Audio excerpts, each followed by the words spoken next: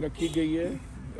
आपने देखा होगा पहले भी खरगे साहब और राहुल जी पूरे देश भर में जो पॉलिटिकल अफेयर्स कमेटी बनी है उनके ऊपर मीटिंग रख रहे हैं। स्ट्रैटेजी मीटिंग, स्ट्रैटेजी मीन कि किस प्रकार से आने वाले दिनों में प्रदेश को चलाना है और जो पार्लियामेंट ਦੇ ਜਿਹੜੇ ਚੁਣਾਵ ਹੈ ਉਹਨਾਂ ਦੇ ਉੱਤੇ किस तरह ਅਸੀਂ आने वाले समय काम करना है, यानी कि पार्लियामेंट के जो चुनाव है उसके ऊपर किस प्रकार से आने वाले दिनों में काम करना है, क्या क्या स्ट्रैटेजी होनी चाहिए और किस प्रकार से आने वाले दिनों में ऑर्गेनाइजेशन स्ट्रक्चर को हमने स्ट्रॉन्ग करना है। इसके ऊपर ही स्ट्रैटेजी मीटिंग का मतलब यही है।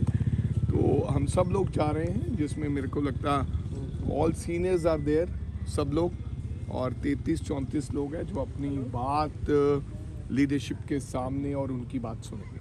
कपूरथला में जो आपकी कार्यक्रम था उसमें बकायदा सभी ने एक मंच पे कहा अलायंस को लेकर बात की और आपने भी आश्वासन दिया कि मैं मजबूती के साथ आवाज़ उठाऊंगा। तो क्या आवाज़ उठाएंगे आप? देखो, कपूरथला में ऐसी कोई बात नहीं हुई, आप गलत कह रहे हैं। मुल्लापुर में जो बकायदा प्रेस नोट जारी हुआ था सर, मुल्लापुर में जगराव में ये हुआ।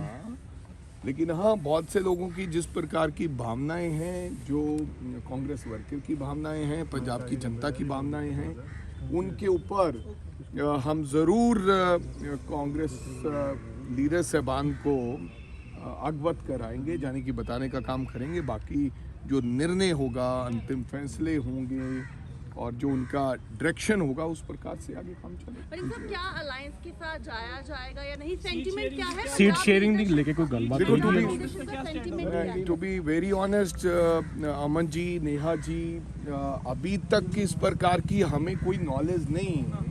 आज अगर मीटिंग में इसके ऊपर किसी प्रकार की कोई चर्चा रहती है तो मैं आपको बता पाऊंगा कि कांग्रेस लीडरशिप ने हमें सीट शेयरिंग के लिए बुलाया है या नहीं बुलाया। लेकिन मेरे को लगता है इट्स अ स्ट्रैटेजी मीटिंग।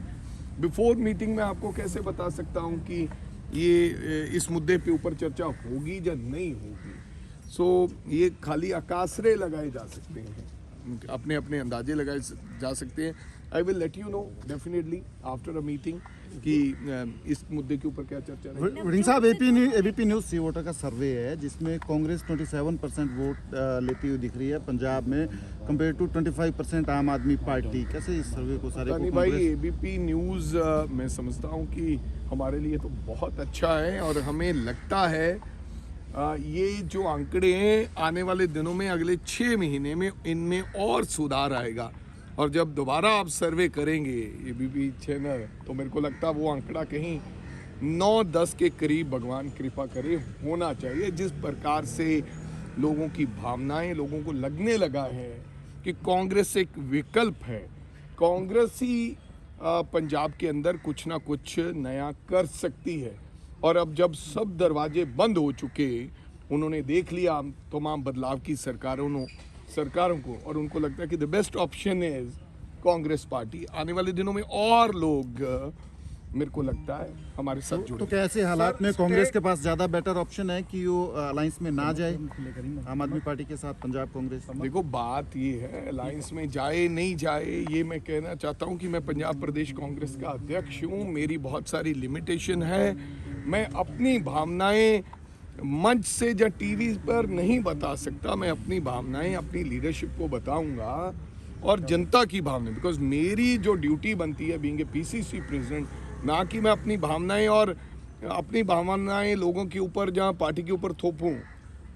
जनता की, कांग्रेस वर्कर की भावनाएं और जो मेरी निजी राय है वो भी मैं जाकर पार्टी को दूंगा अगर वो मेरे से पूछेंगे। और मैं सच कह रहा हूं आज भी आपको, टिल टुडे, आज का पता नहीं, अभी तक मेरे को मेरी पार्टी के लीडर किसी ने नहीं कहा, पता नहीं क्यों लोग मंच पे चढ़ के ऐसी बात करते हैं, कि हमें अलायंस करना है, हमने सीटों का बंटवारा करना है।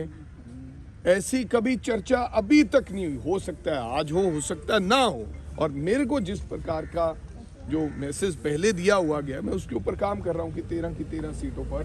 लेकिन ये चर्चा तो सर कभी ना कभी होगी। बहुत सारे लीडर्स ने आपने कहा अलायंस नहीं होना चाहिए। नो, मैं कब कह रहा हूँ कि होगी या नहीं होगी, बट टिल टुडे अभी तक चर्चा हुई नहीं। ये मैं आपसे कैसे छुपा सकता हूँ कि ये चर्चा होगी और मैं आपसे छुपा लूंगा?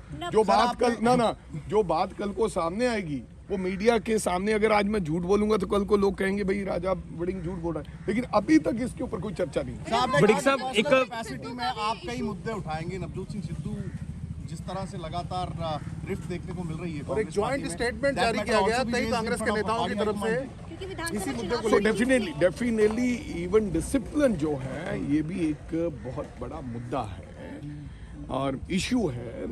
हम पिछली बार कोई दो राय नहीं है, हमारे बयान अलग अलग थे, हमारी एक दूसरे की तरफ हमारा कोऑर्डिनेशन नहीं था, इसकी वजह से हमें विधानसभा में नुकसान हुआ है।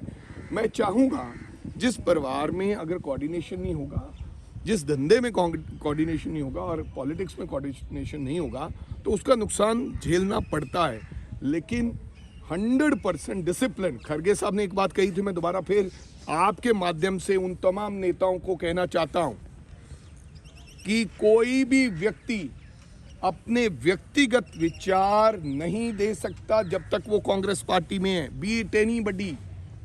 व्यक्तिगत विचार देने हैं तो आपको पार्टी का हाथ छोड़ना पड़ेगा। जिस व्यक्ति ने व्यक्तिगत विचार देने, कोई व्यक्ति व्यक्तिगत विचार नहीं दे सकता। कांग्रेस की गरिमा में रहकर, चाहे वो पीसीसी अध्यक्ष है, चाहे कोई फॉर्मर पीसीसी अध्यक्ष है, चाहे कोई ब्लॉक का अध्यक्ष है, उसको गरिमा रखनी होगी, नहीं तो जो डिसिप्लिन तोड़ेगा उसके ऊपर कार्रवाई 101% होगी। पहले भी की है, आगे भी करेंगे। बड़िंग साहब